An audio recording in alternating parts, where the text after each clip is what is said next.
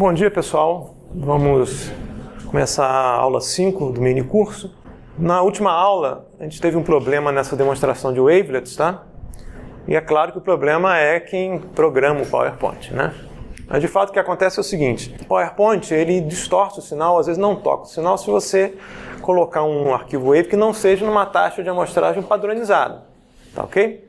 A recomendação é, vai fazer a apresentação com áudio, converte um sinal que foi reamostrado com uma taxa menor sempre com uma taxa de 44.1 kHz, porque aí você evita distorção. O que acontece aqui, que aliás é uma informação que ficou faltando antes, né? Toda vez que você tem um sinal numa determinada taxa de amostragem e decompõe aqui por aquele módulo passa baixo e passa alto e aplica um sistema compressor, né, a gente joga fora amostras, o sinal tem a taxa de amostragem reduzida por 2. É reamostrado com metade, entre aspas, reamostrado, e fica com a metade da taxa de amostragem se a gente quiser tocar, né, e ouvir na mesma escala. Então D4 vai ter a metade da taxa de amostragem de S.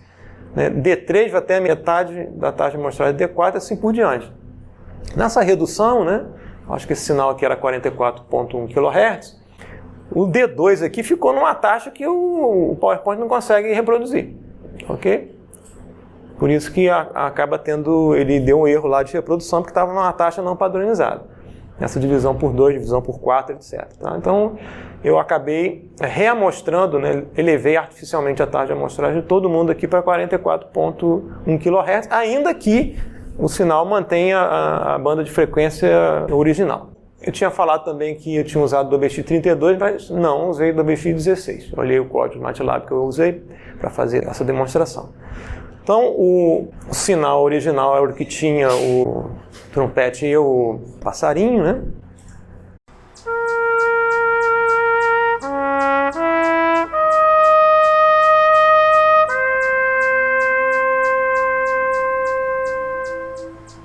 A gente viu que a energia estava mais concentrada nessa faixa aqui, esse aqui é o D3.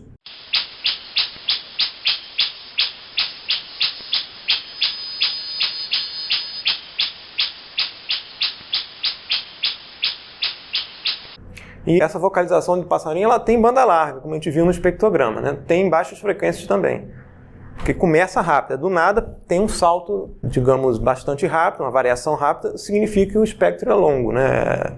É amplo, né?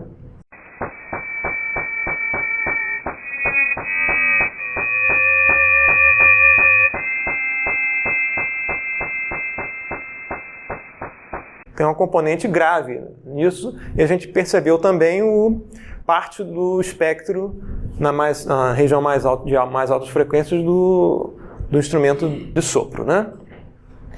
E aí a parte da wavelet mais grave aqui, né, que é a projeção em cima das funções de escalamento, né, fica dessa forma sem muita distorção agora.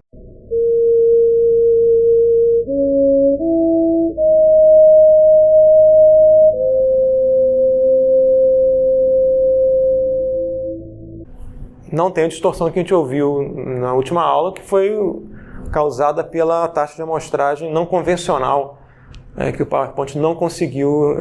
Na verdade, ele tenta resolver o problema e cria uma distorção extra, tá? E o sinal reconstruído sem essas duas escalas aqui soa agora menos distorcido também, apesar de estar na mesma taxa aqui.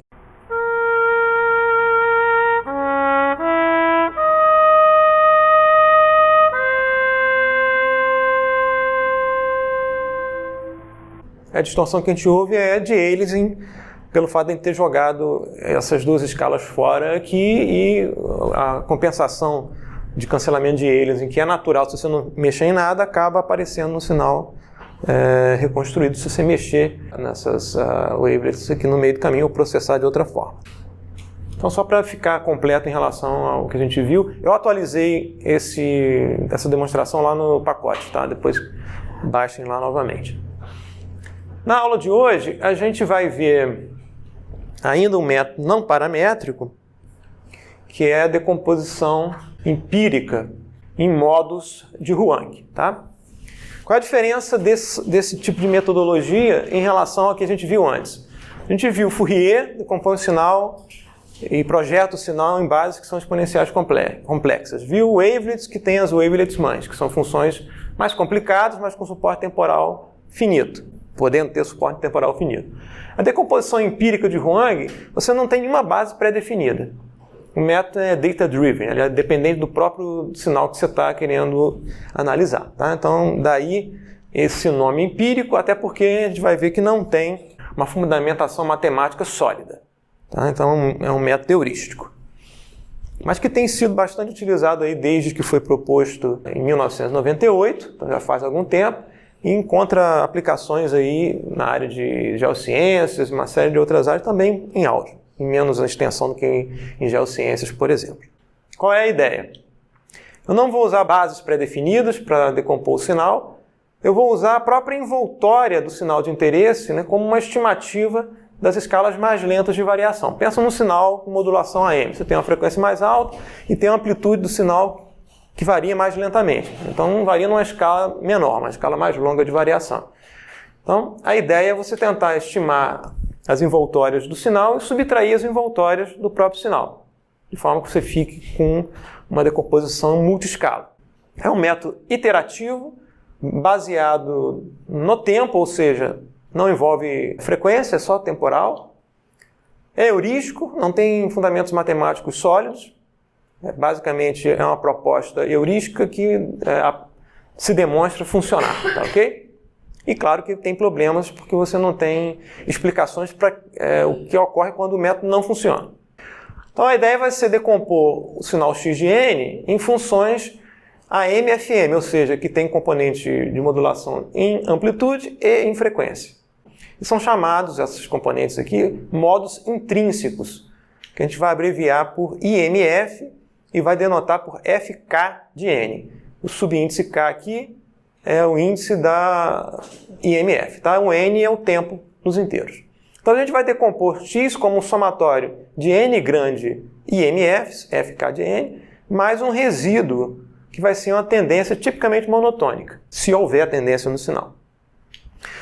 Isso aqui é importante. Quais são as propriedades dessas funções IMF? Elas têm que ter média zero. O número de extremos, ou seja, o número de máximos e mínimos do sinal, máximos locais e mínimos do sinal, tem que ser igual ou diferir de apenas uma unidade em relação ao número de cruzamentos por zero. Tá? O número de vezes que o sinal, que a forma de onda, cruza o zero. E essa propriedade aqui é importante também. A envoltória superior do sinal e a envoltória inferior, elas são simétricas. Uma é menos a outra. Então a gente vai tentar estabelecer uma forma de decompor o sinal manipulando a envoltória de modo que, ao final das contas, né, a IMF tenha essas propriedades aproximadamente ou dentro de uma certa tolerância. Tá, ok?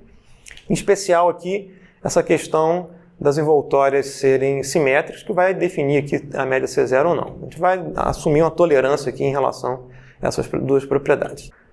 Então, qual vai ser o passo a passo da computação das IMFs? Primeiro a gente vai localizar os máximos e mínimos locais de x de n, vai calcular as envoltórias interpolando uma função polinomial, por exemplo, uma spline pelos máximos locais e depois pelos mínimos locais em separado. Vai calcular a envoltória média e subtrair essa envoltória média do sinal x de n. Isso gera não a IMF, mas gera uma proto-IMF. É uma versão aproximada da IMF, porque ela ainda não satisfaz essas condições aqui para ser uma IMF. E a gente vai repetir esse procedimento aqui para a proto-IMF até que ela satisfaça, né, essas três propriedades aqui. Uma vez que a gente obteve a IMF, a gente subtrai então a IMF do sinal original e reprocessa exatamente da mesma forma o resíduo. Então, do ponto de vista gráfico, fica mais fácil de entender, a gente tem o sinal original x, detecta os máximos e mínimos locais, interpola uma função contínua pelos máximos e mínimos, calcula a média, média aritmética da envoltória superior com a inferior, e vai subtrair do sinal original essa envoltória média, que vai sobrar essa chamada proto-IMF. Ela não satisfaz aqueles três critérios, principalmente ela não tem média zero e as envoltórias superior e inferior não são simétricos. Tem um problema aqui no início. Se a gente computar novamente, tomar essa proto-IMF e computar a envoltória média, a gente verifica que aqui está aproximadamente zero, tá? Mas aqui você tem um desvio em relação à média zero. Tá? Então você reaplica esse procedimento de calcular os envoltórios, calcular a envoltória média, subtrair a envoltória média da próton IMF. O que vai acontecer é que você vai, ao longo do tempo, vai tender a zerar essa envoltória média e forçar, por conseguinte, que as envoltórias superior e inferior sejam simétricas. Essa é a ideia. Então você vai fazer isso até um ponto em que você tolera, né, que um erro pequenininho aqui em relação a essa envoltória média ser zero é aceitável, tá ok? Vai ter um pequeno erro que você tolera, ao invés de dizer que essa envoltória média tem que ser exatamente zero. Uma vez que você finalizou o processo, você vai simplesmente subtrair a IMF do sinal original e vai sobrar aqui um resíduo, e esse resíduo vai ser submetido novamente ao mesmo procedimento anterior. Você vai fazer isso até que você tenha uma tendência monotônica. Então você vai decompor o sinal num certo número de IMFs, que eu não sei a priori qual é o número de IMFs, é experimental, você testa para saber, até que você observe que ou a tendência ficou monotônica, ou então a tendência é zero se o sinal não tiver tendência nenhuma. A ideia do procedimento não é complicada. O pseudocódigo está aqui, eu não vou entrar em detalhes, eu só quero ressaltar que existem dois loops, né? Um loop interno e um loop externo. Tá? Então, o que eu faço? Eu atribuo primeiramente o sinal de entrada, o original, ao resíduo, tá? Eu começo aqui a IMF1 e vou computar a IMF. E uma vez que eu obtive a IMF, eu vou simplesmente subtrair, né, a IMF do sinal original, que no primeiro caso aqui eu atribuí ao próprio x, né? E gera um resíduo e esse cara é submetido novamente ao cômputo de uma outra IMF, e assim por diante. O K aumenta aqui. E o cômputo em si da IMF parte de uma próton IMF e vai sendo refinado num outro loop até eu atingir aqui aquelas propriedades, né? E vou fazer isso até o M aqui, que na verdade é a média das duas envoltórias, a média aritmética das duas envoltórias, até esse cara aqui ficar menor que um determinado erro. Não vai ser zero, vai ser um valor pequeno, e esse epsilon aqui é escolhido de forma arbitrária. Tem dois loops aí de trabalho. As funções interpoladoras podem ser splines, polinômios cúbicos, tem várias opções para a gente escolher para as funções interpoladoras. Tá? Em geral, uma função contínua polinomial. A gente tem tratamento também nas extremidades do sinal, tá? Porque tem um problema de transição na extremidade. Tipicamente o que se faz é você estender o início e o fim do sinal através de algum tipo de reflexão. Você pega o sinal, rebate em relação ao instante inicial ao instante final, de uma forma adequada, de modo que você estenda um pouco essa transição rápida de nada e acontece alguma coisa e tem um sinal, de repente ele acaba. De modo que você consiga tratar bem o cômputo da envoltória nas extremidades do sinal. E o critério de parada, né, no cômputo da próton IMF para a IMF, vai utilizar um epsilon aqui que é arbitrário, não existe garantia de convergência, tá? Isso pode ficar rodando para sempre, então tipicamente você força a parada depois de um certo número máximo de iterações. É claro que se você colocar um epsilon aqui alto, né, um valor alto para epsilon, tipicamente você facilita a convergência. Se o epsilon for muito pequeno, você pode não conseguir atingir o erro menor do que você colocou aqui como um valor de epsilon. Um problema típico que ocorre nessa decomposição de modos empírica é o chamado mode mixing, né, a mixagem de modos. O que é isso? Você tem oscilações de mesma escala temporal, mas em MFs distintas. Então eu tenho um sinal de áudio aqui, a gente vai ouvir o sinal. A F1 aqui, que é a primeira EMF, tipicamente ela vai ter as oscilações mais rápidas, por exemplo, nessa escala de tempo aqui, mas aparecem também oscilações mais lentas que estão na escala da F2. A F2, que tem essa escala típica, também tem oscilações mais lentas que pertencem à F3, e assim por diante. Então você tem uma mixagem de modos aí, então tem um problema aí que tipicamente está associado à definição do que é uma envoltória do sinal. E quando você está fazendo o cômputo de uma envoltória em cima de um sinal discreto, né, você pode ter problemas de fato a envoltória ser uma envoltória. Você pode computar a envoltória usando aquela função interpoladora e de fato o sinal passa da envoltória. Tá? Então tem problemas aí da própria definição clara, matematicamente falando, do que é uma envoltória e se você consegue, de fato, computar uma envoltória. Então você tem esse problema do mode mixing, né? Que se a gente ouvir os sinais, a gente percebe essa intermitência, né? Entre escalas mais rápidas e mais lentas. Então o sinal original é um sinal... deve ser um instrumento musical. E a escala mais rápida aqui, a escala F2, por exemplo, a IMF2, a gente percebe que tem uma série de distorções e intermitência, né? Mesma coisa para F3. Nada agradável, tá? Então, do ponto de vista de decomposição em harmônicos, por exemplo, a gente não tem uma solução que seja adequada. Muito bem. Existe uma série de estudos feitos em cima dessa ferramenta da decomposição. Um deles, por exemplo, é a decomposição em duas senoides, quer dizer, a decomposição de um sinal que é composto por duas senoides. Tá? Lá da matemática, a gente observa, né, a seguinte identidade. Né? Se eu tiver um x de n, aqui tem um vacilo da minha parte, deveria ser um x de t, mas considero que o t está mostrado aqui, que é composto por duas senoides somadas, A cosseno de 2π F1t mais A cosseno de 2π F2t, F1 diferente de F2.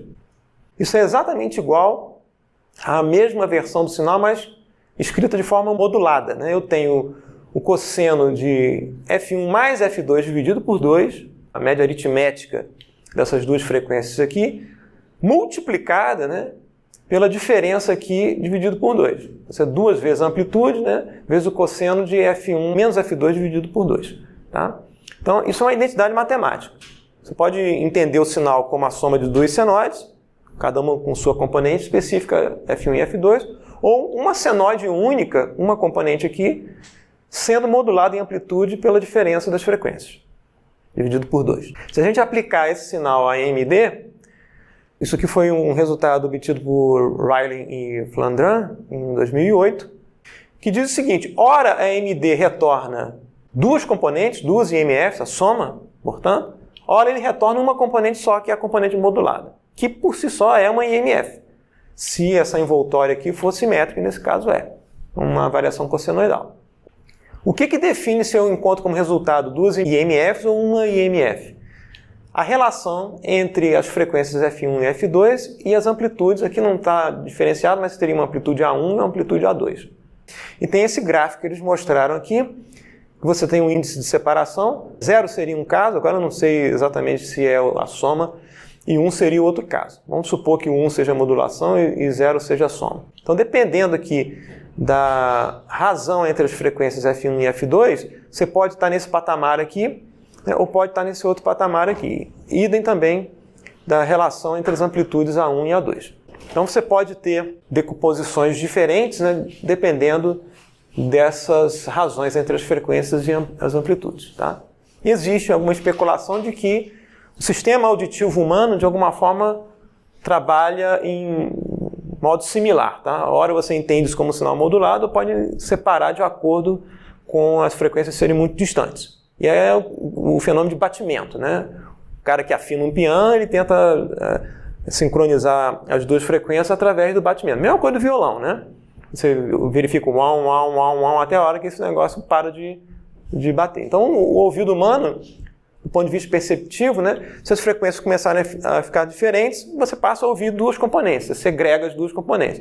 Ao passo que as frequências estiverem muito próximas, você passa a ouvir uma frequência unificada com um batimento. Então, tem um quê de similaridade com o comportamento cognitivo em relação à nossa percepção de duas senoides. Existe também estudo, também feito pelo Flandrin e colegas, sobre a análise de ruído branco. Você está entregando ruído branco ao procedimento da EMD e ele vai entregar as IMFs. O que eles observaram é que, na média, se você fizer um monte de realizações do ruído, fizer a decomposição e depois fizer a média ponto a ponto, a média das realizações, a observação é a seguinte: a gente encontra para primeira IMF, ela fica com as componentes de mais altas frequências, tá? Metade do espectro, o espectro está normalizado aqui para meio, então a metade superior está aqui na primeira IMF, você tem um decaimento aqui de magnitude ao passo que você vai para as baixas frequências. Mas tem baixas frequências, a concentração maior aqui está em altas frequências, metade superior do espectro.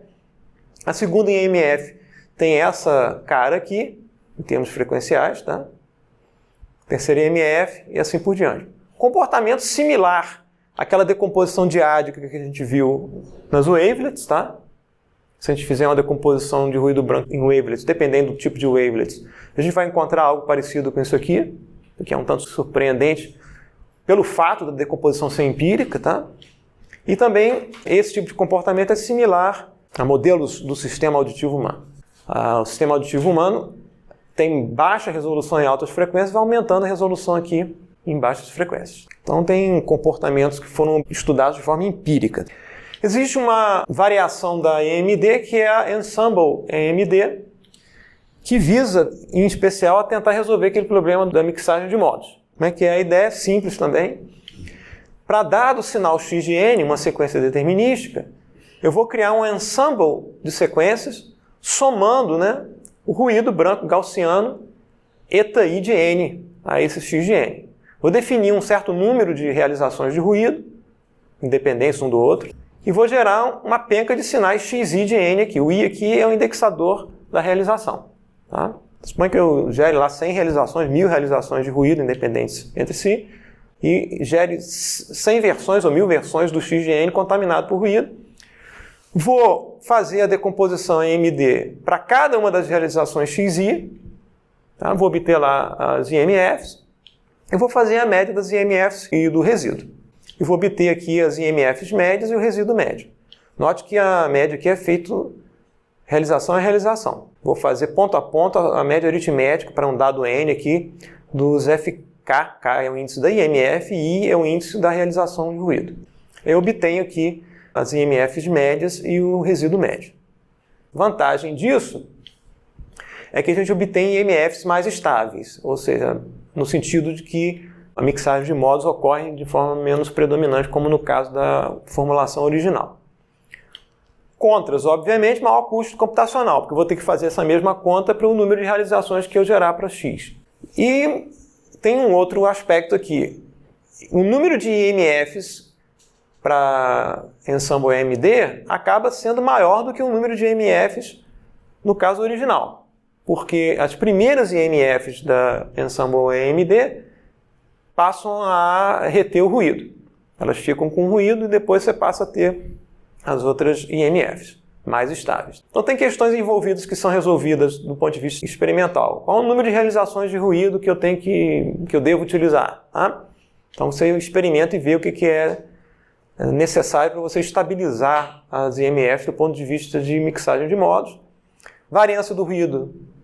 Qual é a variância que eu escolho? Escolho a variância baixa para não inundar o sinal em ruído. Qual o número n, onde n aqui é o número de IMFs, já que ela, no caso da Ensemble EMD, eu passo a ter um número maior. Então eu vou ter que variar aqui experimentalmente o número de IMFs desejado.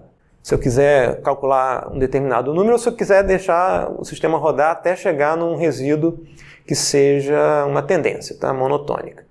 Então eu posso ter que experimentar aqui no número de decomposições, no número de IMFs que eu quiser decompor o sinal. Tanto a EMD quanto a Ensemble EMD podem ser extensíveis, a sinais complexos e a sinais multidimensionais. Aqui a gente viu o caso só unidimensional, N está nos inteiros, tá? Mas você pode ter imagens, decomposição em imagens, ou pode ter decomposição em sinais que têm múltiplas variáveis, um domínio multidimensional. Existem extensões para isso também. No caso da Ensemble EMD, aquele mesmo sinal passa a ter IMFs mais estáveis, tá? Você vê menos mode mixing aqui nas IMFs.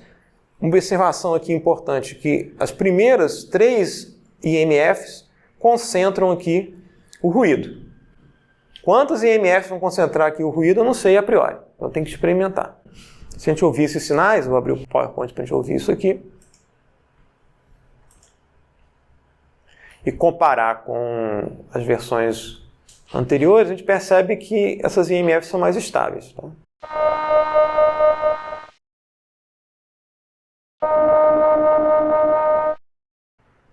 Um pouco distorcidos, mas não tem aquela intermitência que a gente ouviu no caso da decomposição original. Então, para efeito de decomposição modal em áudio, isso é um tanto, digamos, anticlimático. Tá? Não é tão natural quanto o que a gente viu em relação à decomposição de Fourier, por exemplo. E o que é a transformada de Hilbert-Huang, que também foi proposto no mesmo artigo em que Huang e colegas autores propuseram o EMD. Tá? É um artigo grande, né? Quase 30 páginas, se eu não me engano, que as duas proposições foram feitas. É criar uma representação tempo-frequência que use essa decomposição modal. Essa decomposição ela é multiscala, que a tendência é que cada IMF esteja representando sinais numa determinada escala de tempo. Então você tem uma decomposição em multiscala. E existe uma hipótese subjacente que nem sempre é atendida, além daquelas outras que a gente viu para a IMF, é que a IMF é um sinal AM-FM, a componente FM está aqui, eu estou representando aqui nos inteiros, tá? Por conveniência nossa, já que a gente está tratando de sinais em tempo discreto. Essa fase pode mudar com o tempo, então tem um FM aqui, e você tem uma modulação de amplitude AK de N, que pode mudar com o tempo também. Então a componente de cada IMF aqui, FK, é uma componente AM-FM. A gente pode aproximar a chamada frequência instantânea dessa componente FM fazendo a diferença de primeira ordem. Se fosse no tempo contínuo, seria a derivada da fase em relação ao tempo. Como a gente não tem como fazer derivada em tempo discreto, a gente simplesmente aproxima pela diferença de primeira ordem. E uma hipótese que tem que ser satisfeita para que isso funcione é a seguinte: esse cosseno de φk de n tem que ter banda estreita para todo n. Ao longo do tempo, essa modulação em frequência não pode ser espalhada, ela tem que estar concentrada na frequência. E o espectro de AK de n tem que estar separado do espectro do cosseno de φk de n. Tá? Então, do ponto de vista gráfico, tá? Suponha que eu tenha, ao longo do tempo, tá? Aqui está a frequência, eu vou representar por ômega, e eu tenho aqui o cosseno do φk de n. Vamos pensar que a gente está fazendo aqui um Fourier desse cara e tomando a magnitude. Tá? A gente vai ter uma componente, digamos, ômega 0, que está variando com o tempo n, tá? E vai ter uma frequência menos ômega 0, que está variando também com o tempo n. Tá? Então, se eu pensar em termos frequenciais, eu posso ter esse cara sendo modulado na frequência. Tá? Não é um valor fixo, mas ele está aqui com algum tipo de modulação, uma variação ao longo do tempo, mas que está restrita a essa faixa aqui, por exemplo. Tá? E se eu fizer o A ômega associado aqui ao AK de n, tá? Também na mesma frequência ômega, né? O espectro desse cara aqui, que em geral vai estar aqui embaixo de frequência centrado no zero, ele tem que estar concentrado numa região aqui que não tem overlap com a variação da frequência ômega 0 ao longo do n. Ok? Então, esses espectros têm que estar separados. Tá? E essa hipótese de que o cosseno de ômega k, né, que na verdade, na prática, não vai ser um delta de Dirac, vai ser um morrinho aqui concentrado, mas não vai ser um delta de Dirac, esse cara aqui é estreito. É isso que a gente está chamando aqui de banda estreita. A gente vai ver por que a gente tem que considerar essa hipótese aqui como válida. Porque a gente vai calcular o chamado sinal analítico de Hilbert associado a f de k. O que é o sinal analítico de Hilbert? A conta é relativamente simples. Eu vou somar o próprio sinal. Aqui eu coloquei um subíndice A para indicar que é o sinal fk analítico, que é computado como a soma de f de k com j, que é a unidade imaginária, vezes a transformada de Hilbert do f de k. O que faz a transformada de Hilbert? Se eu tiver esse espectro aqui, tá? A transformada de Hilbert vai jogar fora toda a parte negativa do espectro, tá? E vai multiplicar por 2, né? Isso aqui era originalmente 1, isso aqui vai virar 2, tá? Ele vai amplificar a magnitude aqui por 2. Então ele transforma um sinal real num sinal complexo. Ele joga fora a parte negativa do espectro.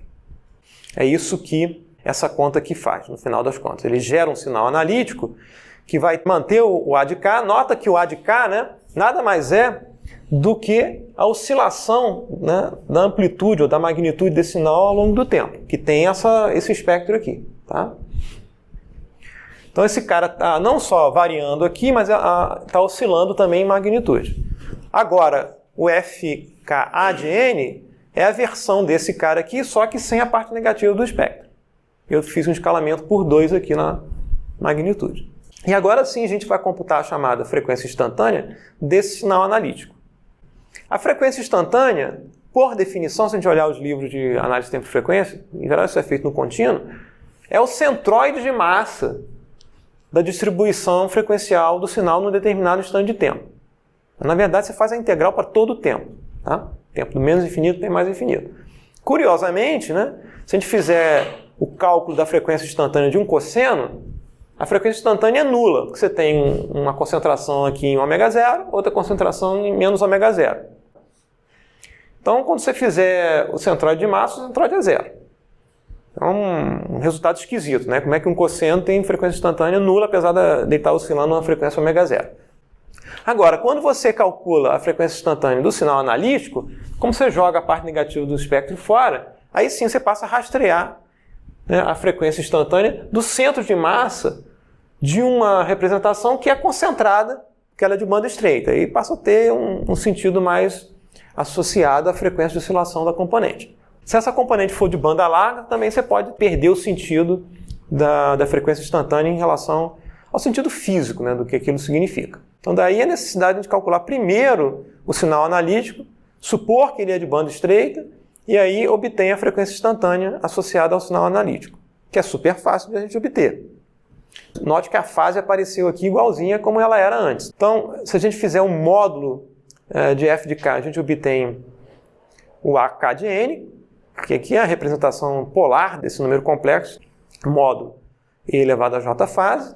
Então, o A de k nada mais é do que o módulo do sinal analítico. E o ωk, que é a frequência instantânea, nada mais é do que o argumento de f de k em n menos o argumento de f de k em n menos 1. O argumento de f de k nada mais é do que o φ de k. Então, estou fazendo φ de k em n menos o φ de k em n menos 1. Diferença de primeira ordem. Aproximando a derivada da fase para ser a frequência. E chama esse cara aqui de frequência instantânea. E o que é a representação tempo-frequência, né, HHT, proposta por Huang?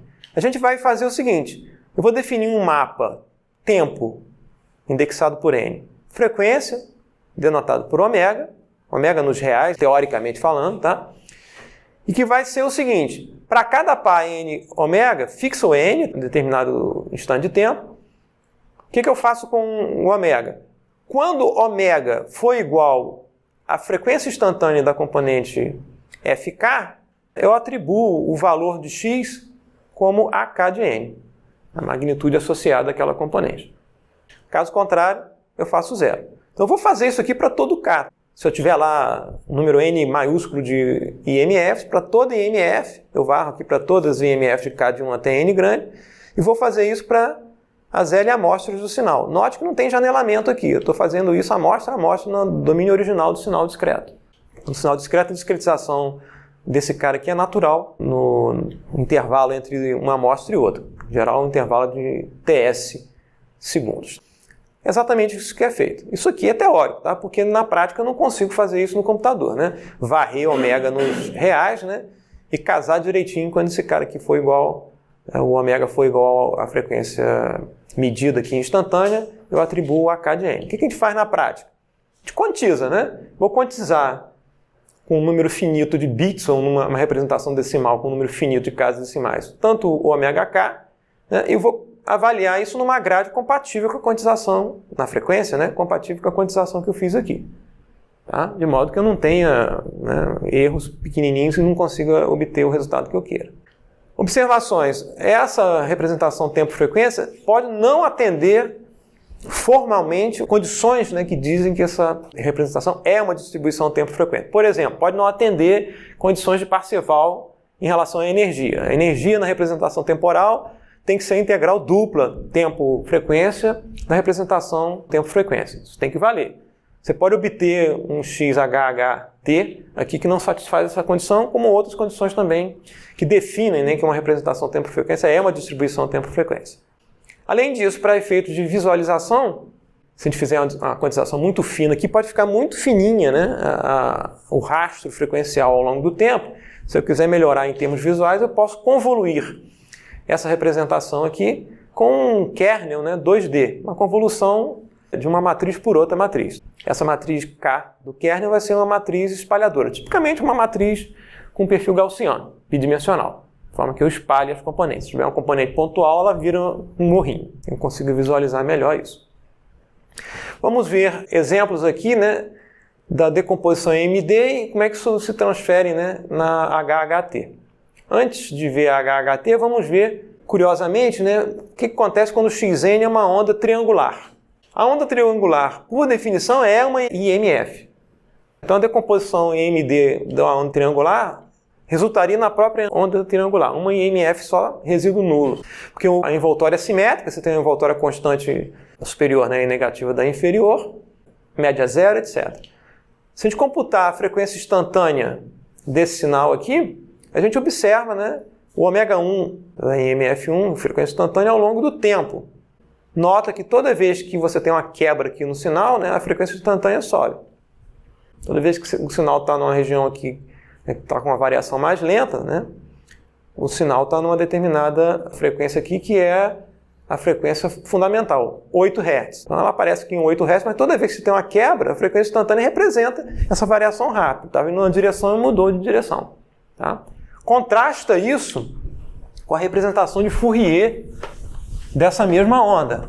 A representação de Fourier dessa mesma onda, que é uma onda periódica, vai ter que ser dada, como a gente viu lá na primeira aula, por um conjunto infinito de deltas de Dirac, né? Isso aqui, se a gente olhar na frequência positiva, né, em ômega, né? Vou fazer em F Hz aqui, porque o sinal está dado em Hz, né? Foi definido em Hz. Você vai ter uma componente aqui em 8 Hz, tá?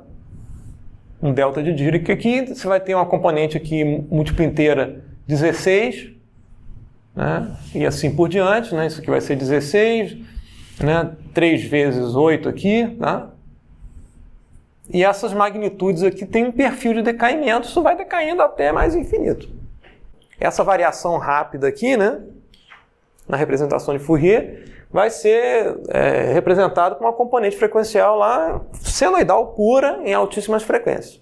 E a representação de frequência instantânea informa isso para a gente de outra forma. São duas representações equivalentes, mas completamente diferentes. Vamos ver agora o caso de uma decomposição de um sinal XGN que tem duas componentes AM/FM. Você tem uma componente que começa aqui com uma frequência mais baixa, a frequência vai aumentando ao longo do tempo, e não só isso, a amplitude vai aumentando ao longo do tempo. A energia do sinal vai crescendo ao longo do tempo. Você tem um outro sinal com frequências mais baixas, oscilação mais lenta aqui, começa com oscilação mais rápida, a oscilação vai decaindo em termos frequenciais, até uma frequência relativamente baixa, quase zero aqui, né? E o perfil de decaimento da amplitude é o contrário do perfil de crescimento aqui da outra onda. A onda resultante da soma dessas duas aqui, né, é essa onda aqui. Se a gente fizer a decomposição dessa onda aqui via MD, a gente obtém esse cara aqui como a primeira IMF e a segunda IMF é esse cara aqui. As primeiras IMF são sempre em escala mais rápida. Note que tem um pequeno desvio aqui em relação às envoltórias serem simétricas, justamente os efeitos de borda. Como é que a gente sai dessas duas funções aqui, né? Eu vou calcular o sinal analítico associado a F1, vou calcular o sinal analítico associado a F2, vou calcular o ω1, frequência instantânea associada a esse cara aqui, mesma coisa para o F2. E vou montar o plano tempo-frequência, né? Para essa componente aqui, a gente observa que começa com uma frequência mais baixa e vai crescendo ao longo do tempo. Essa componente aqui começou aqui em 40 Hz e vai crescendo linearmente ao longo do tempo. E no mais, o código de cor aqui vai ficando vermelho, indica para a gente que a amplitude está aumentando, porque eu atribuí, né, na minha montagem aqui da representação tempo-frequência, eu atribuí o A de K toda vez que o ômega é igual a ω_K. Então eu encapsulo aí a energia do sinal na representação. Note que a nossa representação também está quantizada aqui, senão eu não consigo fazer essa conta no computador, né? Tanto o ômega que foi quantizado, dá para ver a transição em escadinha, né, da quantização, quanto no tempo, né, não preciso de quantização porque o sinal já é discreto. Mesma coisa para esse cara aqui, computo o sinal analítico, computo a frequência instantânea e faço aquela atribuição. Aqui a gente verifica que você tem energia maior aqui, porque a amplitude é maior, então o sinal está mais próximo do azul aqui. A frequência cai aqui quase próximo a zero, depois continua subindo um pouco mais aqui, perdendo energia. Então essa aqui é a HHT, né? A representação tempo-frequência de Huang, com essas modificações de quantização que a gente mencionou anteriormente, para poder fazer essa visualização aqui. Se a gente quisesse melhorar e tornar essa linha aqui mais visível, a gente poderia convoluir isso aqui com um kernel espalhador, essas linhas ficariam mais com a cara de distribuição mais suave. Quais são as aplicações aí em áudio e voz da AMD e da HHT? Redução de ruído, tá? Porque como a gente viu aqui na decomposição por ensemble, né? Os componentes de ruído ficam aqui associados às primeiras IMFs. Eu posso simplesmente reconstruir o sinal original, já que eu fiz essa decomposição aqui, né? De uma forma que a gente fez com as wavelets, né?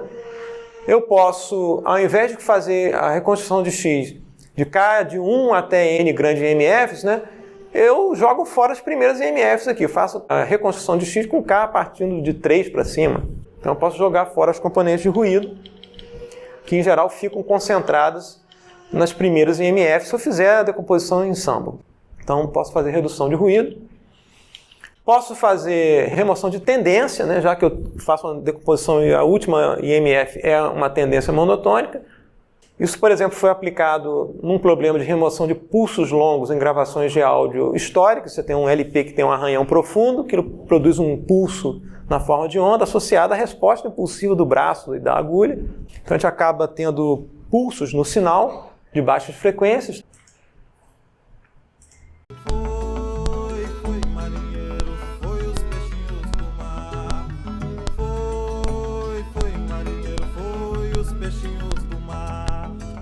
Não dá para ouvir os graves aqui, porque essa caixa não tem muito grave, mas ouvindo no headphone a gente percebe isso. Você vai fazer a reconstrução do sinal jogando fora o resíduo, as últimas IMFs que foram decompostas, que são as de oscilação mais lenta. E aí, ao reconstruir o sinal sem aquelas IMFs, a gente consegue remover esses pulsos.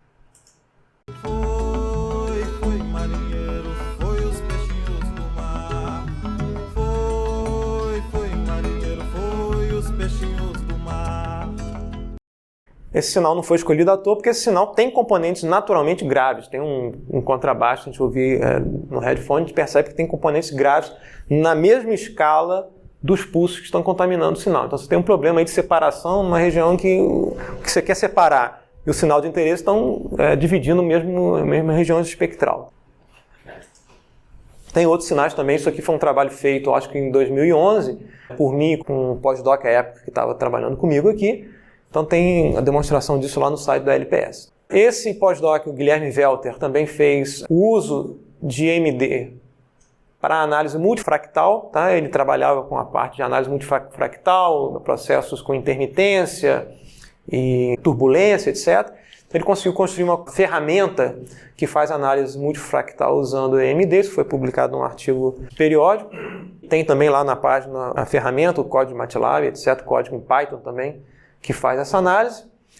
A gente não fez o trabalho, mas existem trabalhos que mostram que a análise multifractal, ou seja, se analisa o sinal e tenta identificar a dimensão multifractal desse sinal, tem utilidade na classificação de instrumentos musicais, na classificação de música, tá?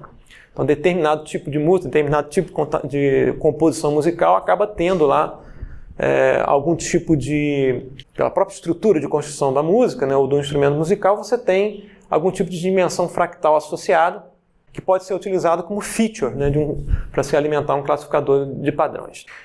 Existem trabalhos também associados à classificação de voz, né, e de fala, como vozeada e surda, né?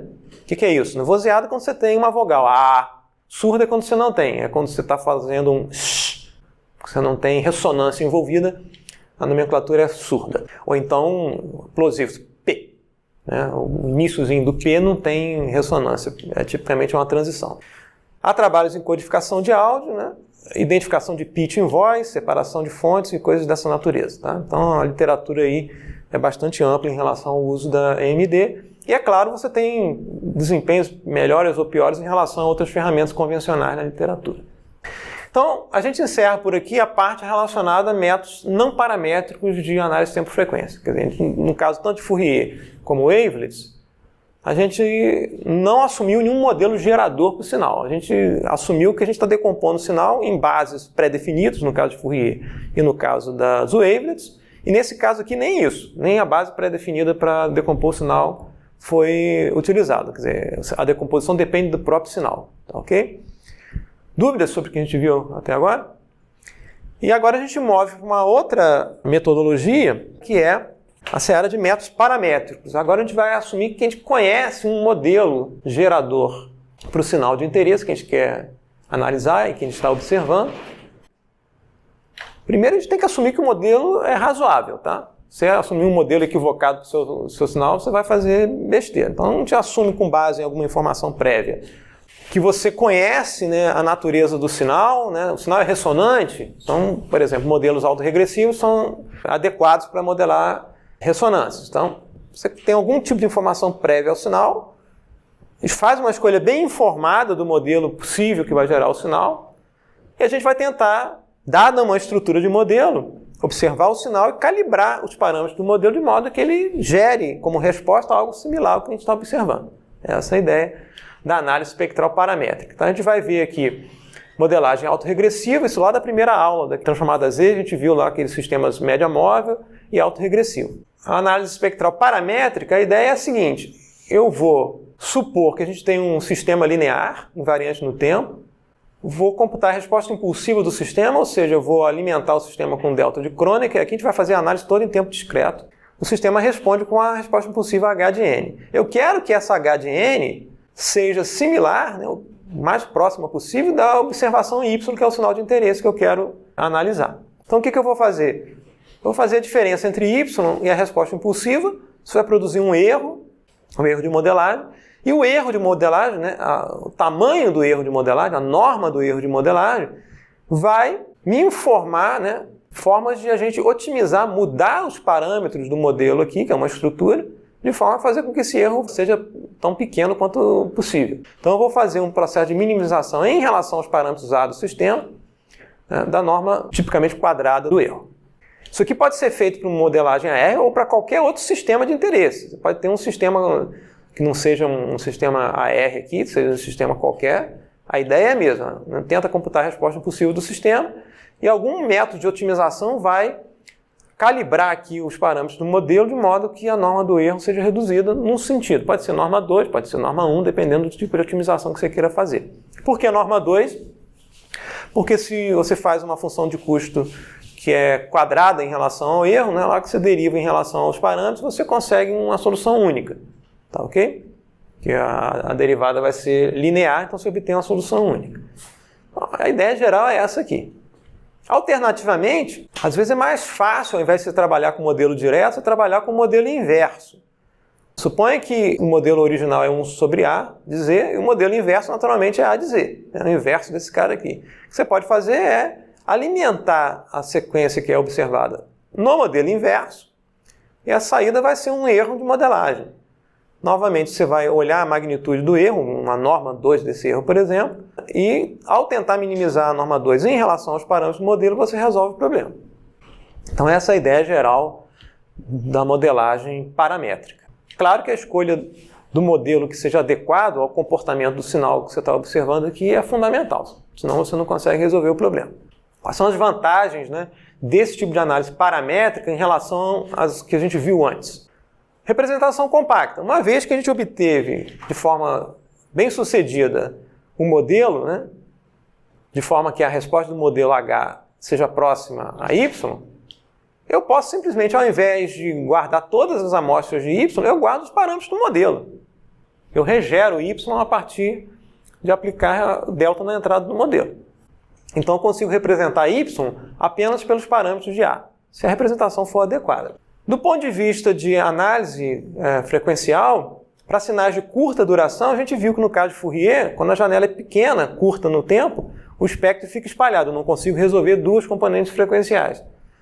No caso da análise paramétrica, ela é mais vantajosa, eu consigo aumentar a resolução frequencial, ainda que o sinal tenha curta duração.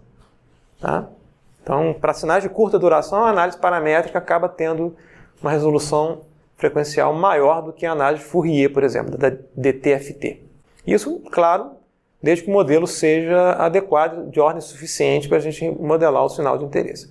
Uma vez que a gente tem um modelo obtido para o sinal, né, eu posso fazer uma série de aplicações. Eu posso, por exemplo, reconstruir o Y sem ruído. Suponha que o Y seja uma versão de um sinal ressonante contaminado com ruído. Na hora que eu faço a obtenção do modelo, o modelo é bom para modelar as ressonâncias do sinal, não o ruído. Eu posso calcular o H, né, a resposta impulsiva do modelo, ela vai produzir um sinal ressonante sem a componente de ruído. Então eu posso fazer redução de ruído a partir de modelagem. Uma vez que eu tenho um modelo, né, eu posso, dado um bloco de sinal, eu posso continuar gerando amostras do sinal fora da base temporal em que ele existia, fazer uma extrapolação, deixando o modelo rodar por mais tempo. Tá? Extrapolo o sinal a partir de modelo. Mesma coisa se eu tiver um trecho de sinal, um pedaço no meio do sinal está faltando. Eu posso reconstruir esse miolo faltando no sinal através do modelo. Eu tenho uma forma de regerar isso que é paramétrica. Posso fazer detecção de anomalias, né? Por exemplo, eu tenho um sinal y de n, eu fiz um bom modelo para y de n, tenho um modelo inverso. O que acontece se y de n tiver uma anomalia, uma determinada amostra fora do lugar, né? Tem um estalido somado ao sinal, tem uma coisa anômala somada a uma determinada amostra do sinal. Na hora que eu passar o y pelo modelo inverso, essa anomalia vai ficar muito mais proeminente aqui no erro de modelagem. Porque o erro de modelagem vai indicar, olha, tem um erro aqui em relação ao comportamento normal do sinal. Então eu consigo detectar anomalias, né, fazendo a filtragem chamada inversa, né? Eu filtro o sinal observado com uma anomalia, ou com um conjunto de anomalias, pelo modelo inverso, e as anomalias vão aparecer claramente aqui no erro de modelagem. Isso uma vez o ADZ já tendo sido obtido. Então existem uma penca de aplicações aí, uma vez que você tem um modelo disponível para o sinal de interesse. Como é que fica a modelagem, né, AR, autorregressiva, de ordem N maiúsculo? Como a gente viu lá na primeira aula, né, o modelo para um processo autorregressivo é dado pela seguinte equação de diferenças. Né? Y de n vai ser igual a uma combinação linear pesada aqui, né, com pesos AK, das amostras anteriores de y, quer dizer, a saída depende da própria saída. Isso aqui não é igual, isso aqui é um menos, tá?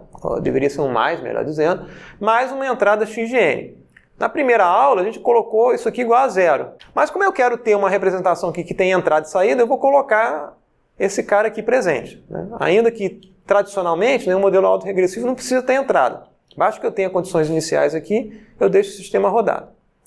Mas como a gente viu que a gente vai ter que alimentar o sistema com um delta de Kronecker, é bom ter entrada. Então isso aqui é um mais, tá?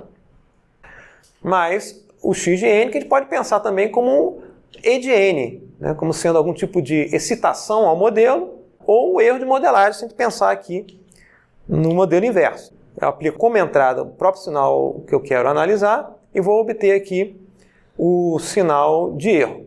Se eu aplicar o sinal de erro aqui, eu reconstruo H igualzinho a Y. Então tem um vai e vem aí do modelo direto e do modelo inverso. Preciso de N condições iniciais aqui para rodar essa equação de diferenças. Veja só, se eu quiser computar o Y no instante N, eu preciso do Y, no pior caso aqui, no instante N menos N grande. Então, pelo menos N grande em amostras iniciais eu tenho que reservar para poder fazer essa conta aqui. Eu posso, por exemplo, suponha que o tempo inicial seja N igual a zero, de Y de 0 até Y de N menos 1 eu preciso ter N amostras aqui para poder calcular o Y no instante N grande. O que eu vou fazer? Eu vou calcular o erro nessa faixa aqui, de N maior ou igual a N grande, até um número de amostras L do sinal. Tamanho do bloco aqui. Suponha que o bloco tenha L mais uma amostras. Vou fazer essa conta. O erro está aqui. O erro vai ser quem? Y de N mais esse cara aqui. Eu posso pensar em AKs com valores negativos, né? E escrever dessa forma, né? E de N vai ser o Y de N menos esse somatório de menos AK que multiplica Y de N menos K. E obtém vetores avaliando nessa faixa aqui, né? Obtenho um vetor para E de N, nessa faixa aqui eu guardo esses elementos aqui nesse vetor E, né? Nessa faixa eu guardo os elementos de y, desse vetor y aqui. Essa conta aqui, esse somatório, eu posso escrever de forma matricial. Note que o A de K não muda, né? Para cada n aqui é sempre o mesmo A de K, eu coloco um vetor A aqui, que contém esses elementos aqui, esses Azinhos aqui, tem um menos aqui, justamente para refletir esse negativo que eu coloquei aqui. E monto uma matriz aqui para fazer essa conta, tá? E essa matriz y aqui contém, né, elementos do meu sinal observável. Só reescrevi essa equação de forma matricial. Por quê? Porque isso é vantajoso para a gente fazer a minimização da norma 2 de E. Eu vou criar aqui a função custo epsilon como E transposto que multiplica E, que por definição, no caso de E de valores reais, né, é a norma 2 ao quadrado do erro. Se por acaso o meu sinal não for real, for complexo, no lugar do transposto aqui vai ser o hermitiano, que é o transposto conjugado. Mesma coisa, mesma ideia. O que eu vou fazer? Minimizar o erro em função do que eu quero encontrar, que são os parâmetros AK do sistema, representados aqui pelo vetorzinho A. Então eu vou fazer a minimização em relação a A da norma 2 ao quadrado. Isso vai gerar para a gente, né, já que a gente tem um erro quadrático, uma solução única que eu vou chamar de solução least squares, de mínimos quadrados. Na literatura, né, a gente verifica, né, que pode-se mostrar que esse valor ótimo de A, dos coeficientes, é dado por essa expressão aqui. Vai ser dada pela matriz y transposto que multiplica y inversa, que multiplica y transposto, que multiplica o vetor y. Lá no curso de processamento digital de sinais, tem a demonstração disso aqui. Tá? Uma das aulas lá, eu faço a demonstração de como é que a gente sai dessa relação aqui, né, e chega nessa relação aqui. Procurem lá a videoaula de sinais associada a essa parte de modelagem AR. A gente obtém uma solução fechada para os coeficientes do sistema. Então, se a gente fizer uma escolha da ordem n, né, do modelo autorregressivo suficiente para modelar todas as ressonâncias do sinal, a gente consegue um bom modelo fazendo a minimização mínimos quadrados do erro quadrático. Como é que a gente escolhe a ordem n para um determinado sinal? A gente vai considerar aqui y pertencente aos reais. Logo, se o sinal y pertence aos reais, o espectro vai ser sempre simétrico em relação à frequência nula, por propriedade, tá? Magnitude espectral. O que eu vou fazer?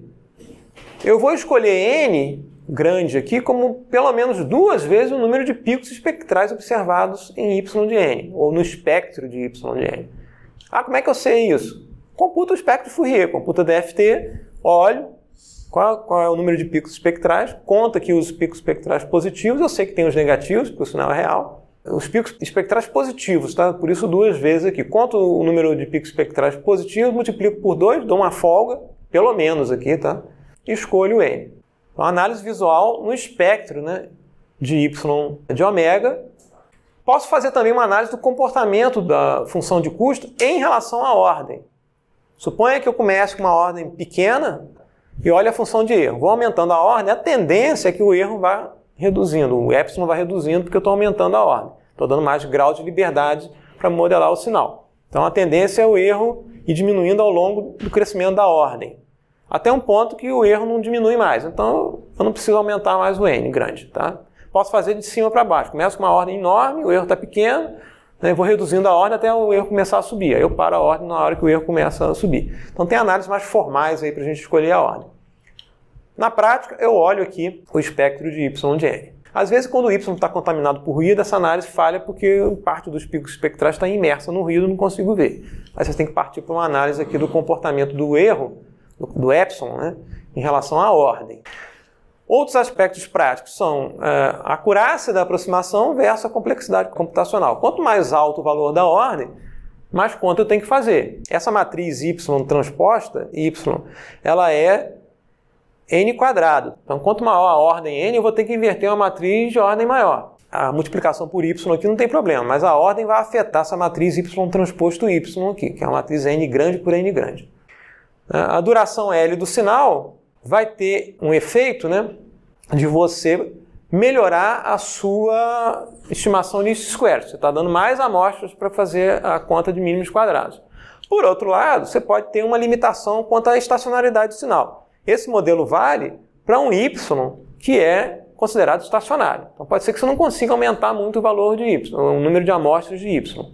Se o sinal for muito rápido, variar muito rapidamente, você pode ter que trabalhar com valores pequenos de L, para considerar que Y seja estacionário com L amostras. Em alguns métodos, você, uma vez definido o L, você não consegue aumentar a ordem tão quanto você queira, né? Às vezes, a gente não viu aqui, mas tem métodos diferentes da estimação LS, que definem a ordem, no máximo, é uma fração do valor de L. Então, se o L for pequeno, você não pode aumentar muito a ordem.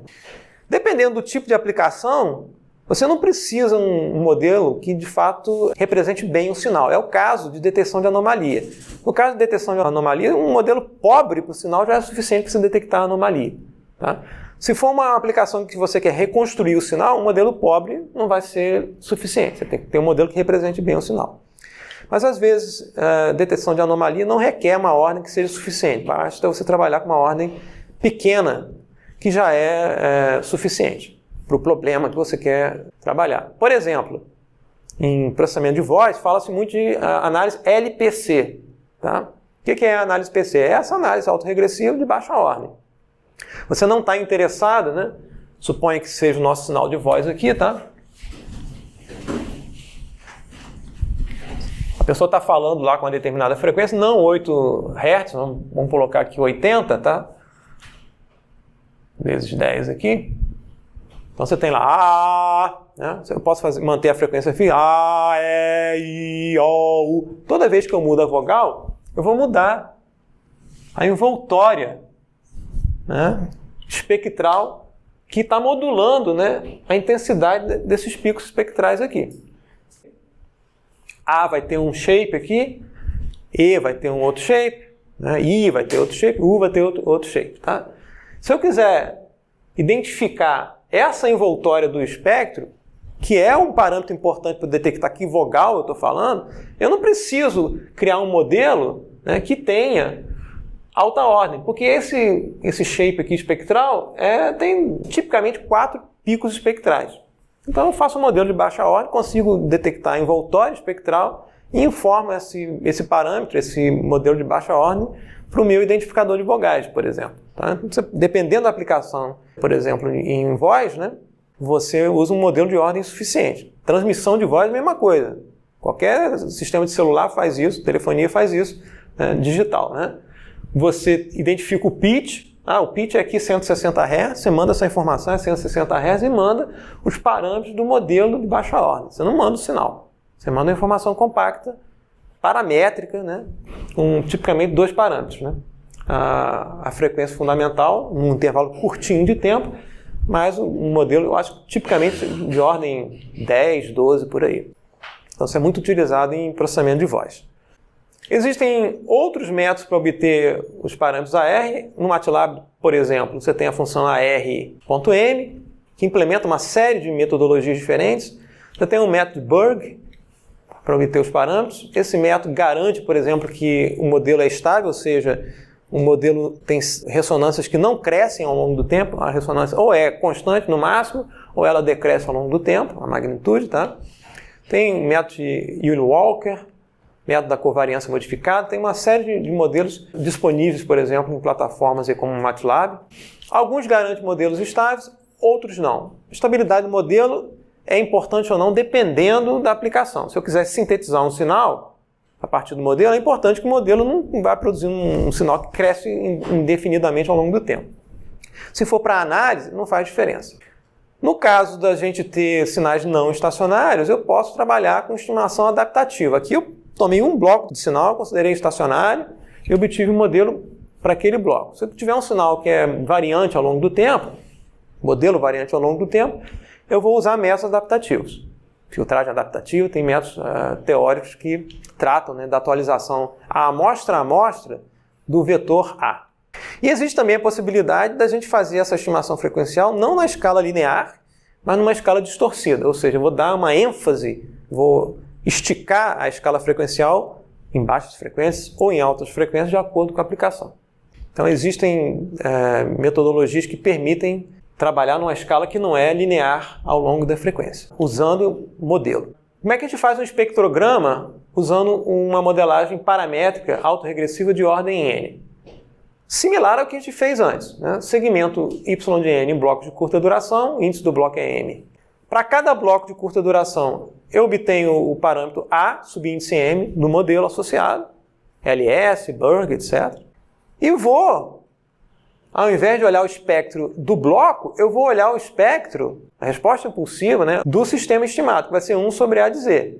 Se eu avaliar o Z aqui, como a gente viu lá na primeira aula, sobre a circunferência unitária, eu obtenho a resposta em frequência do sistema estimado.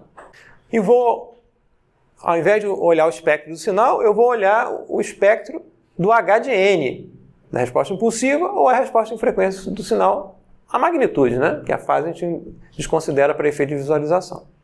Então eu vou avaliar a função de transferência H de Z em cima da circunferência unitária. Claro que a gente não vai fazer isso para todas as frequências ômega nos reais, faz uma grade aqui ômega k, ou seja, uma DFT, e representa aqui o HM de k, onde o k aqui é o índice, né, da frequência dentro de uma grade pré-estabelecida, magnitude sempre, né? E organizo, né, essa magnitude como coluna de uma matriz e visualizo como imagem, como a gente fez lá no caso do espectrograma. A única diferença de uma coisa para outra, desse espectrograma que a gente viu antes, né, que aqui no caso do espectrograma tradicional, era o espectro do sinal. Agora eu estou fazendo o espectro do modelo, da resposta do modelo. Então, por exemplo, se a gente comparar o espectrograma VFFT com o espectrograma AR de ordem N, no caso aqui o setup qual é? Na STFT, né? Eu escolhi o tamanho L de amostra igual a 200, número de pontos da FFT 1024, a sobreposição entre as janelas de 50% e a janela de Hanning. E o sinal é aquele, eu acho, do trompete com passarinho. Início.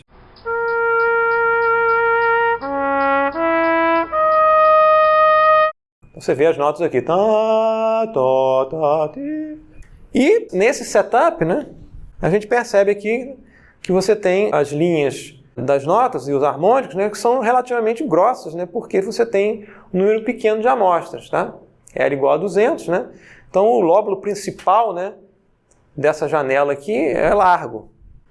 Se a gente fizer a mesma coisa usando o espectrograma AR, né, mesmo tamanho L200, né, mesmo tamanho da FFT, mesma sobreposição, mas eu estou usando agora, né, computando o espectro da resposta do modelo. Aí a gente observa aqui, né, que não só os picos espectrais ao longo do tempo são mais finos, né, como eu consigo observar componentes em mais altas frequências, tá? Aqui eu consigo observar os harmônicos, né, até aqui o primeiro, o segundo, né, valores mais altos aqui comparados, né, ao que eu conseguia observar visualmente, né, através do espectrograma tradicional. Então não só fica com mais resolução, mas eu consigo observar componentes de mais altas frequências. Aqui o passarinho nem estava sendo observado claramente, ao passo que eu consigo observar aqui, né, aqueles silvos, né, do passarinho de forma mais clara. Consigo observar também, né, as variações, né, da afinação da nota, né, que foi tocada, né? A nota não é exatamente constante, mas tem uma pequena modulação em frequência, né, que fica mais evidente aqui porque as linhas espectrais são mais finas do que no caso aqui do espectrograma tradicional. Tem uma pequena, digamos, um hint aqui, né, de que tem alguma pequena variação aqui, mas fica mais claro, né, nos harmônicos superiores aqui, que a frequência não é exatamente constante, tá? Tem uma pequena variação de frequência. Então é uma forma mais refinada para blocos curtos. Então eu consigo balancear melhor resolução no tempo com resolução na frequência. Claro que isso aqui depende da ordem N, tá? Se eu reduzir a ordem N, eu vou empobrecer essa representação.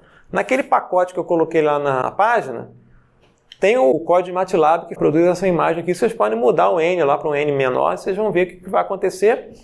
É que o modelo vai focar, né, nas componentes mais energéticas, né? Eu não consigo modelar todas essas componentes frequenciais, ele modela onde tem mais energia, já que a conta que é feita, qual é? Tenta reduzir a energia do erro em relação aos parâmetros. Então, quando você tem ordem insuficiente, ele vai olhar qual é a componente mais energética, é essa componente que eu quero reduzir. Você vai acabar encontrando, se reduzir a ordem N aqui, a ordem 60. Se ao invés de 60 eu colocar uma ordem menor, a gente vai ver que o modelo vai representar basicamente as primeiras componentes aqui. Ah, como é que eu escolhi 60? Eu contei aqui no pior caso, nessa componente mais grave aqui, que tem mais harmônicos, né? Tem mais ou menos aqui umas 25 componentes positivos, eu sei que tem as outras 25 negativos, então de 50, escolhi 60, dei uma lambuja aí de folga. Quanto maior essa ordem, maior vai ser a complexidade computacional, porque eu vou ter que inverter uma matriz y transposto y, que é de ordem n por n, tá? Como é que fica a análise espectral paramétrica usando modelos ARMA? Não só a parte autorregressiva, mas também tem a parte de média móvel, ou seja, tem um numerador, além do denominador. A de Z tem um numerador, B de Z. Eu vou apresentar um método só aqui, o método de Prone, e uma variação que é o método de Shank. Mas tem outros métodos também na literatura. A ideia subjacente é a mesma, né? Aplico um delta de Dirac, que é um modelo, obtenho a resposta impulsiva do modelo, comparo com y, computo o erro entre y e a resposta do modelo, e vou alterar os parâmetros da parte aqui do B e do A, de forma a minimizar a norma 2 do erro. Então, eu vou minimizar aqui tanto os parâmetros A quanto os parâmetros B. Então, lembrar aqui, né, quem que é B e quem que é A. Né? A gente fez lá na primeira aula. Olhem a aula depois dos slides. Né? Mas a gente mostrou aqui, em geral, num sistema ARMA, né, a resposta é somatório, um numerador, né, de m de 0 até a ordem m grande, né, de coeficientes b, mzinho, tá, isso multiplicado por z elevado a menos m. Tá?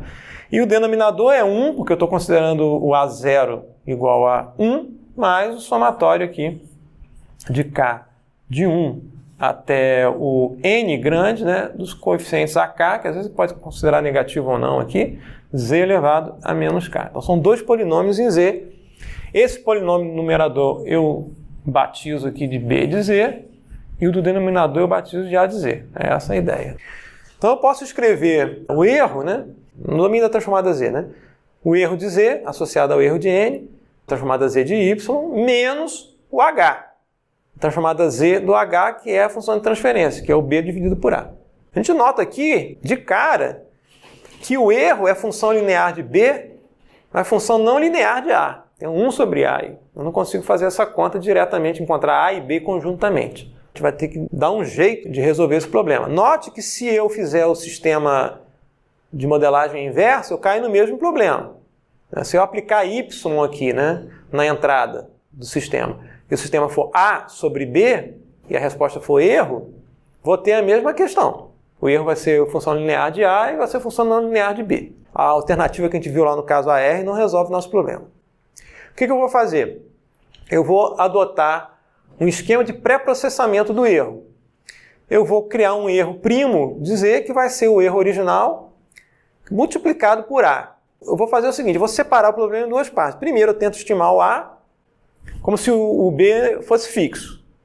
Depois eu fixo A e estimo B. Então eu faço um método que faz um ping-pong entre uma estimativa de A e uma estimativa de B, fixando um em relação ao outro a cada vez que eu estou fazendo a estimação. Então primeiro eu vou querer estimar o A. Então o que eu faço? Eu pré-multiplico o erro original E de Z por A, de forma que eu acabo linearizando o problema. Né? O erro primo de Z vai ser Y de Z que multiplica A de Z, tá? Pela fórmula que a gente viu aqui antes, né? Então vai ser, multiplico por A de Z dos dois lados aqui, né? Vai ser Y de Z que multiplica A de Z, e aqui, né, vai ter B de Z dividido por A de Z, que multiplica A de Z, que vai sobrar só o B de Z aqui, menos B de Z. Agora o erro primo, ele é função linear tanto de A quanto de B. E se a gente aplicar a transformada inversa a essa equação aqui, transformada Z inversa, o erro primo de Z vai estar associado a um erro primo de N, Y de Z que multiplica A de Z, multiplicação no domínio transformado. É uma convolução no domínio temporal entre quem? Entre Y e A, que a gente pode escrever dessa forma aqui. Lembrando que o A0 aqui é igual a 1. Então eu separei aqui esse cara aqui e fiz a convolução de A, né, com Y. Fórmula da soma de convolução. Menos o B de Z, que é esse cara aqui. Lembrar que o B de Z é esse somatório, Z elevado a menos M, que na transformada inversa aparece aqui o delta de N menos K. Na verdade está errado aqui, é menos M, né? Porque esse cara aqui, a transformada inversa de Z elevado a menos M, é delta de N menos M. Vou corrigir isso aqui. Muito bem, essa expressão vai valer para quando n estiver entre 0 e m grande. Nota só, aqui tem um delta, tá? Quando o n aqui for maior do que m, eu vou ter aqui delta de n menos m. Esse argumento vai ser sempre positivo e o delta vai ser igual a 0. Então, o efeito dessa parcela aqui só existe nesse intervalo aqui. Passado esse intervalo, em n, essa parcela aqui vai ser sempre nula. Suponha que você tem um m grande aqui igual a 10, tá? Na hora que eu fizer o n aqui igual a 20, né, vai ser delta de 20 menos 10, que é igual a 0. Porque o argumento aqui é delta de 10, que é igual a 0. Então, passou dessa faixa, ou seja, n maior ou igual a m mais 1 até o L menos 1, essa parcela vai a 0 e essa resposta passa a ser puramente y mais esse somatório. É uma resposta de um sistema homogêneo, não tem entrada. Então, o efeito da entrada só aparece aqui, né, nessas primeiras m mais 1 amostras. Ótimo, porque aí eu consigo encontrar os parâmetros A independentes dos parâmetros B. Faço essa conta aqui, encontro A, usando métodos de mínimos quadrados, como a gente viu antes. Nessa faixa aqui eu escrevo o E', né, o E', de forma matricial, equação com matriz e vetor, e vou resolver A, ótimo, minimizando a norma 2 do E'. Tá? E encontro aqui a equação A de mínimos quadrados, ótimo, né? Uma vez que eu resolvi A, fixo A e encontro B. Aí, encontrar B é a coisa mais simples do mundo, porque eu simplesmente fixo A igual a LS e forço com que o erro primo seja igual a 0. Na hora que eu forço com que o erro seja igual a 0, o que eu vou fazer? Se o erro é igual a 0, o Y tem que ser igual a H. Eu vou simplesmente fazer erro primo, vai ser Y menos matriz Y que multiplica A menos B, que é essa equação aqui, tá? Escrita da forma matricial. Então, nessa faixa aqui eu vou ter as amostras de Y de N vão ser armazenadas no vetor Y. Isso aqui vai virar Y grande que multiplica vetor A. Né? Isso aqui vai virar B. Note que isso aqui nada mais é do que armazenar amostras de B no vetorzinho B. O delta singulariza aqui no instante presente, N igual a K. Então eu escrevo dessa forma aqui. O E' vai ser Y menos Y grande A menos B, e eu forço E' igual a 0. Daí eu encontro B de forma absolutamente simples. B vai ser o Y menos Y grande que multiplica A, e o A é o A que eu encontrei no passo anterior. Resolvido o problema. Isso é um método de Prony. Uma melhoria do método de Prony é o método de Shank. Como é que é o método de Shank? Os passos 1 e 2 iguaizinhos ao método de Prony. Mas aí eu vou, ao invés de resolver de forma exata, fazer erro zero, somente na faixa pequena aqui, né, de 0 até m grande, eu vou me dar ao luxo, né, de usar uma faixa maior e usar um método LS para resolver o problema. Tá? Porque essa ordem m pode ser pequena, então eu posso estar fazendo uma conta muito específica ali, ao invés de ter uma solução mais geral LS. O que eu vou fazer? Vou usar para a faixa de n entre m grande e L a solução LS. Tá?